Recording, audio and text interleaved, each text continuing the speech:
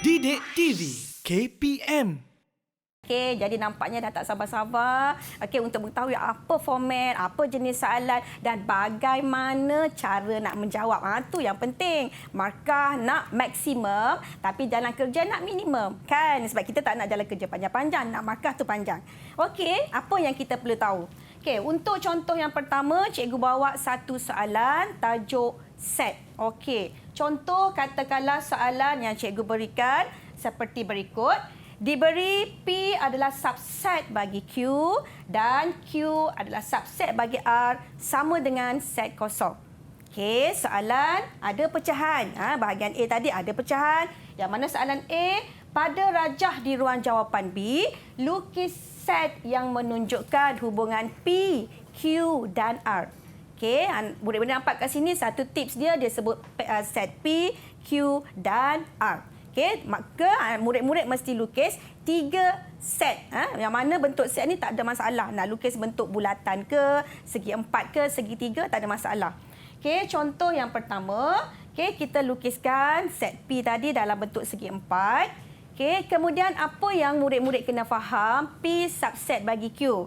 Sebenarnya P subset bagi Q adalah semua unsur P adalah unsur bagi Q. Semua unsur P adalah unsur bagi Q.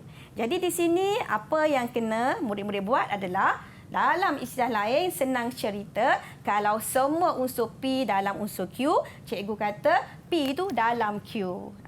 Jadi kat sini murid-murid boleh lukiskan set P ini adalah di dalam set Q. So kita nampak satu bentuk gambar rajah Venn macam ni. Okey. Yang kedua, kita juga ada diberi Q subset bagi R sama dengan set kosong. Kalau tadi P dalam Q, sekarang R dalam Q dalam R tetapi sama dengan set kosong. Maksudnya dia bukan di dalam. Jadi kat sini, cikgu boleh kata Q bukan di dalam R. Maka di sini cikgu akan lukiskan satu set R yang bukan di dalam Q, berada di luar. Okey, itu yang pertama lukisan gambar rajah Venn kita. Okey. Yang kedua, soalan minta kita lorekkan set. Lukis tadi dah dapat satu markah, senang saja. Yang kedua, murid-murid dikehendaki melorek apa yang kita dah lukiskan dalam gambar rajah Venn tersebut. Okey, soalannya lorekkan Q sekutuan dengan R dan bersilang dengan P pelengkap. Okey, senang sahaja. Yang pertama, kita lihat apa hubungan yang dia mahu. Q bersekutuan dengan R. Senyum. Sekutuan tu senyum. So, kalau senyum ni semua dia terima. Semua dia ambil. Jadi, kat sini, Q sekutuan dengan R. Kita akan lorekkan semua Q termasuk sekali dengan P dan termasuk sekali dengan R. Yang pertama. Okey, dah dapat satu markah untuk operasi set yang pertama kita buat. Yang kedua, murid-murid lihat, ada lagi operasi yang kita kena buat iaitu bersilang dengan P pelengkap. P pelengkap memberi maksud kita nak yang selain P. Bukan nak P, selain P.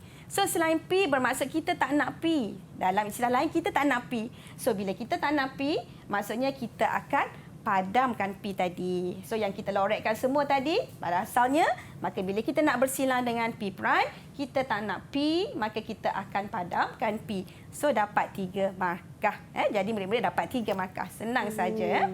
Okey. Sekarang, cikgu bawa pula murid-murid kepada contoh yang kedua.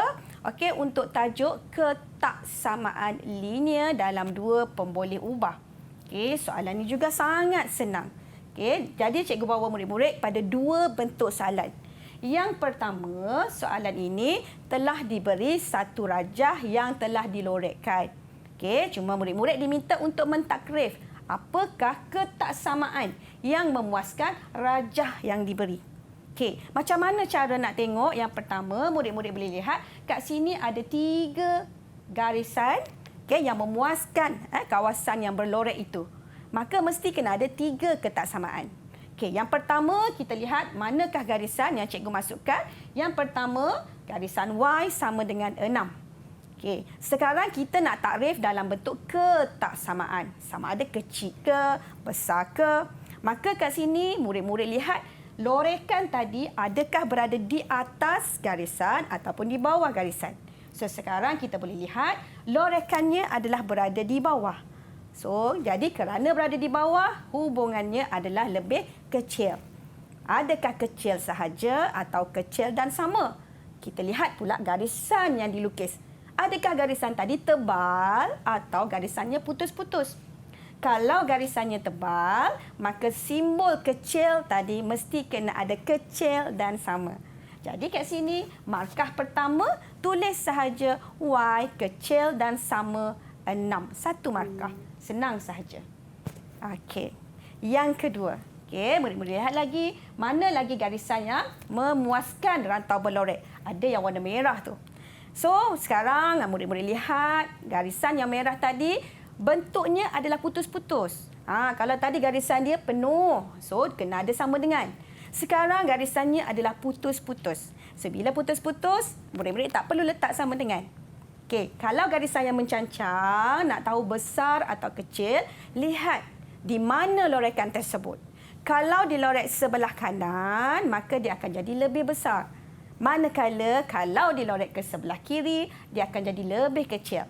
So, kita lihat kat sini, lorekannya adalah ke sebelah kiri. Maka, kita boleh tulis persamaan tadi adalah dalam bentuk ketaksamaan X lebih besar daripada negatif 8. Kerana lorekannya ke sebelah kanan. Okey, kalau kiri lebih kecil. Okey, bagi cikgu, untuk dua persamaan ini adalah persamaan yang mudah. Kenapa? Sebab persamaan ini adalah persamaan garis yang tidak mempunyai kecerunan. Garisan tu adalah garisan yang selari dengan paksi X dan garisan yang selari dengan paksi Y. Tak ada kecerunan. Tetapi, cuba tengok pada contoh yang kedua. Okey, garisan yang hitam tu. Sekarang murid-murid boleh lihat garisan tu ada kecerunan. Macam mana nak cam kecerunan ni? Yang kita nampak dia condong. So, bila condong tu, maka dia ada kecerunan. Kat sini, murid-murid kena guna persamaan Y sama dengan MX tambah C. Jadi, dua perkara yang murid-murid kena cari. Yang pertama, pintasan Y ataupun C tadi. Dan yang kedua, nak cari kecerunan ataupun M. Yang pertama, okay, murid-murid boleh lihat kat sini. C adalah pintasan Y, maka kita lihat pintasan Y pada paksi Y. Pada paksi Y, kita lihat garisan biru ini memotong pada nombor 6, maka C-nya adalah 6. So, dah dapat 1.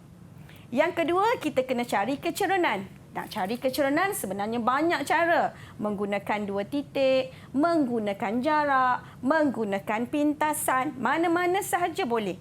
Contoh di sini, cikgu nak cari kecerunan garisan ini, cikgu akan gunakan jarak mencancang per jarak mengufuk pun boleh. Berapa jarak mencancang dia? Murid-murid boleh lihat kat sini. Mencancangnya daripada 6 sehingga sifar, jarak mencancangnya adalah 6. Dan jarak mengufuknya daripada sifar sehingga negatif 8, jaraknya adalah 8. Jadi, cikgu boleh kira kecerunannya adalah 6/8. Dan kecerunan kita kecilkan, dapat jawapannya adalah 3/4. Okey, jadi sekarang macam mana nak buat dalam bentuk ketaksamaan? Okey, persamaannya tulis dulu dalam bentuk persamaan Y sama dengan 3/4X tambah C adalah 6. Tetapi kita nak tulis dalam bentuk ketaksamaan. Murid-murid boleh lihat kat sini, daripada garisan ni, lorekannya adalah ke sebelah atas. Bila ke sebelah atas, dia adalah lebih besar. Maka jawapan yang ketiga adalah Y lebih besar dan sama 3/4X tambah 6. Dapat lagi 1 markah. Jadi keseluruhan markah adalah 3 markah. Senang sangat. Alhamdulillah. Okey, yang seterusnya. Cikgu bawa pula murid-murid pada soalan yang ketiga. Kalau tadi dia dah bagi lorekan, murid-murid hanya perlu takrifkan ketaksamaan. Sekarang bezanya dia dah bagi ketaksamaan. Ada 3 ketaksamaan. Jadi sekarang murid-murid kena lukis garisan yang belum dilukis dan kena lorekkan rantau yang dibatasi oleh ketiga-tiga garisan tadi. Yang pertama, dalam bentuk soalan ni murid-murid boleh baca ada Y kecil dan sama 8. Maksudnya, kita lihat kat sini garisan ni telah dilukis. Jadi kita tak perlu lukis apa-apa. Okey, dan disebabkan dia adalah kecil, maka lorekannya mesti ke bawah. Okey, yang kedua, kita boleh lihat lagi kat sini. Okey, garisan yang kedua yang warna biru itu adalah garisan yang cikgu kata tadi dia adalah garisan yang condong. Ada kecerunan, maka pun sudah dilukis, tak ada masalah. Cuma kita kena tahu lorekannya ke sebelah mana. Kalau dia lebih besar, maka lorekannya adalah ke sebelah atas. Okey. Yang ketiga, kita lihat ketaksamaan. Yang ketiga, 5Y tambah 4X lebih besar daripada 40. Yang ni belum dilukis. Belum ada dalam soalan ini. Jadi, apa yang murid-murid kena buat adalah murid-murid kena lukis garis lurus tersebut sebelum boleh lorekkan kawasan yang memuaskan rantau tadi. Okey. Nak buat garis lurus ini, ada pelajar yang tanya, macam mana nak buat garis lurus cikgu? Dah lupa dah. Okey, yang pertama, kita buat petak macam ni. Buat petak, senang je. Yang pertama, murid-murid gantikan X kosong kira Y. Ataupun gantikan Y kosong kira X. Senang sahaja. Contoh yang pertama, cikgu gantikan persamaan ini Y dengan kosong. Bila cikgu gantikan Y dengan kosong, so cikgu akan kira dapat X adalah sama dengan 10. Maka yang pertama, cikgu dapat titik. Yang pertama adalah 10 kosong. So titiknya kat sini. Bila nak buat garis lurus, cikgu perlukan 2 titik. Maka cikgu gantikan pula X pula dengan kosong. Dalam persamaan yang sama, gantikan X dengan kosong, maka cikgu akan dapat Y sama dengan 8. Maka koordinat cikgu dapat kat sini adalah 0, 8. So, titiknya kat situ.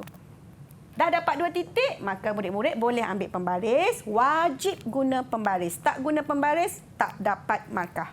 Jadi kat sini, ambil pembaris, gariskan. Kenapa garisan dia mesti putus-putus? Kerana lihat simbol ketaksamaan dia. Dia tak ada sama dengan. Jadi garisan dia mesti putus-putus. Dan kerana dia lebih besar, maka kita mesti lorekkan ke atas. Ada garisan lurus-lurus yang betul, dapat 1 markah. Okey, dan lorekan tadi memuaskan ketiga garisan tadi. Lorekkan kat sini. Lorekkan yang betul, dapat lagi 2 markah. Keseluruhannya 3 markah. Senang sahaja. Okey, cara nak jawab dah cikgu bagi tahu. Sekarang cikgu nak murid-murid lihat apakah bentuk-bentuk kesalahan yang sering pelajar buat di dalam peperiksaan yang sebenar. Contoh yang pertama, pelajar membuat garisan lurus dengan garisan yang tebal, bukan garisan putus-putus. Maka untuk garisan, pelajar tak dapat markah kat sini. Okey, manakala lorekannya adalah betul, maka dia cuma akan dapat 1 markah sahaja kerana garisan tadi tidak tepat. Rugi markahnya. Okey, kesilapan yang kedua juga yang sering dibuat oleh pelajar adalah yang pertama, kita boleh lihat garisan ini tidak menggunakan pembaris. Tak boleh, so akan tidak diberi markah. Yang kedua, okey, pelajar juga melorekkan kawasan tadi lebih daripada kawasan. Pun tidak boleh. Melebihi kawasan juga tidak akan diberi markah. Maka di sini pelajar tak akan dapat apa-apa markah. Okey. Yang ketiga, lorekannya nampak macam dah cantik dah semua. Tetapi melindungi kawasan ataupun garisan putus-putus tadi. Boleh menyebabkan pemeriksa tak nampak dan tak jelas. Maka murid-murid juga akan kehilangan markah. So, jangan buat dalam peperiksaan apa yang cikgu bagi tahu kesilapan yang sering pelajar buat. Okey. Dan untuk tajuk yang ketiga, okey, cikgu bawa sikit untuk tajuk persamaan kuadratik. Contoh persamaan kuadratik, cikgu bagi satu bentuk soalan yang diberi sisi-sisi sebuah segitiga dan pelajar diminta mencari nilai T. Okey, di sini jalan pengiraannya kita akan gunakan Pythagoras Theorem dan jawapan ini jalan kerja yang betulnya macam ni. Markah pertama pada bentuk am yang betul, 1 markah. Yang kedua, pemfaktoran wajib ada 2 markah. Yang ketiga, jawapan tadi kita tekan daripada kalkulator akan ada 2 nilai. Tetapi murid-murid kena ingat bila melibatkan ukuran Yang pertama, kita mesti ada satu sahaja. Sama ada panjang lebar, mesti satu nilai sahaja. Jadi, daripada dua nilai ini, hanya satu sahaja nilai yang tepat. Di mana nilai yang tepat itu? T sama dengan 4 adalah jawapan yang tepat. Kenapa 10/3 jawapan kurang tepat? Kerana kalau kita gantikan 10/3 dalam nilai 10/3 tolak 4, nilai T tadi tetap akan dapat negatif. Jadi kat sini kena ingat apabila melibatkan ukuran, umur, apa lagi? Melibatkan nilai-nilai yang macam tu hanya satu nilai sahaja. Okey, cikgu tunjuk sedikit kesilapan-kesilapan yang dilakukan oleh pelajar. Okey, contoh yang pertama, ada pemfaktoran, ada bentuk am, pemfaktoran tak ada. Jawapan langsung tidak akan diberi markah. Satu markah sahaja, walaupun jawapan ada. Yang kedua, tengok soalan tadi, dia nak 3T kuasa 2. Sedangkan semasa murid-murid faktor, murid-murid tulis jawapan tadi sebagai X. Pun tak dapat apa-apa markah, kosong juga kat sini. Cuma bentuk am sahaja dapat satu markah. Dan yang ketiga, nampak ke? Semua dah nampak cantik dah. Tetapi ada tanda koma kat sini. Pun tak boleh juga tanda koma tadi, maka juga akan dapat kosong markah. Okey, jadi apa lagi kesilapan yang kita boleh lihat? Okey, yang seterusnya, kesilapan pelajar adalah apabila dapat jawapan tadi, okey, murid-murid terus membawa jawapan tadi ke dalam bentuk pemfaktoran. Ingat, kalau kita nak buat dalam bentuk pemfaktoran, jawapan tak boleh dalam bentuk pecahan, tak boleh dalam bentuk perpuluhan. Dia mesti nombor bulat. Sebab tu yang semestinya 3T tolak dengan 10. Jadi ingat apa yang boleh buat dalam peperiksaan dan apa yang tak boleh buat dalam peperiksaan. Tu yang penting Ria. Sebab pelajar mesti menguasai teknik yang betul. Mesti tahu supaya mereka tidak akan kehilangan markah dalam peperiksaan. Didik TV KPM